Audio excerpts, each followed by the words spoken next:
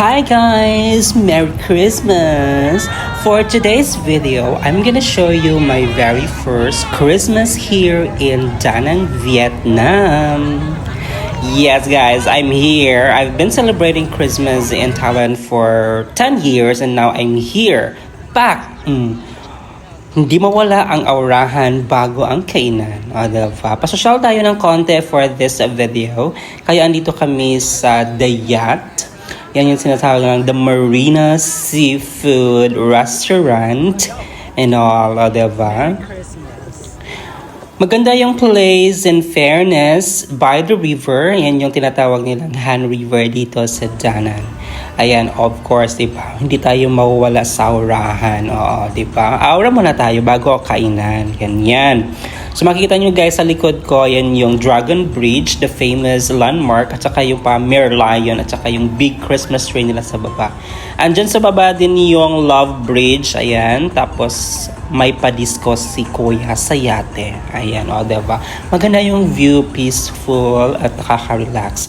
So ayan na guys, umpisahan na ng kainan. Ayan, di ko na nakuha yung yung pag-order namin, pero we have here yung couple set. Okay, chay, dalawa lang naman kami. Tapos ay meron akong avocado smoothie. Ayan. O, diba? Pa-chill, kain-kain. Umpisahan na ang chibugan. I have here yung salmon steak. In fairness guys, masarap siya, pero maasim. Pero bet ko siya, in fairness. Masarap naman yung yung pagkain nila dito. Kaso, mahal. Kaso, ganyan lang, diba? Yun lang yung Pero the view is giving. You're paying for the view, as in napakaganda. Napakaganda nakikita nyo. Ay, chares lang. Ako lang yan, guys. Ako lang to. Ayun, may pa-Christmas decor din sila. Pas may pabilin. So, pwede ka mag-picture-picture dyan. Of course, hindi ako magpapahuli. Aurahan ulit. Ganon. So, pasimple lang ang atake. Na-enjoy mo talaga yung view niya, guys, sa taas. Ayan, kasama ko ang aking pamangkin, my videographer for today's video, and ciao ciao! So we're having our Christmas dinner.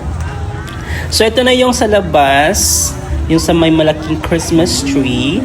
At dito yung mga tao, ang daming tao for this video guys. Malapit din siya sa ilang lakad na lang yung Dragon Bridge. So this is how we spend our Christmas.